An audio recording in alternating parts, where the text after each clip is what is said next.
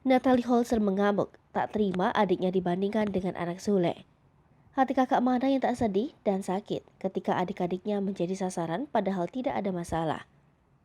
Begitu pula Natalie Holzer mengamuk ketika adiknya dibawa-bawa dalam permasalahannya dengan keluarga Sule. Natalie tak ragu angkat suara ketika dua adik perempuannya dibandingkan sama anak Sule, Putri Delina. Adik mantan istri Sule itu mendapatkan nyinyiran dari warganet. Merasa tak terima, Natalie Holzer pun kepergok membalas komentar netizen yang membandingkan adiknya dengan Putri Delina tersebut. Tak terima mendapat tudingan itu, Natalie Holzer pun memberikan jawaban nyelekit. Ditegaskan Natalie jika badan adiknya besar karena selalu diberi makan olehnya, bukan keluarga Sule. Kemudian, Natalie Holzer seolah menyindir Putri Delina dengan membandingkan adiknya yang tidak larut dalam kesedihan walau ditinggal orang tuanya. Tak itu saja, Natalie Holzer juga mengaku sangat senang bisa membantu adik-adiknya dalam perihal pendidikan.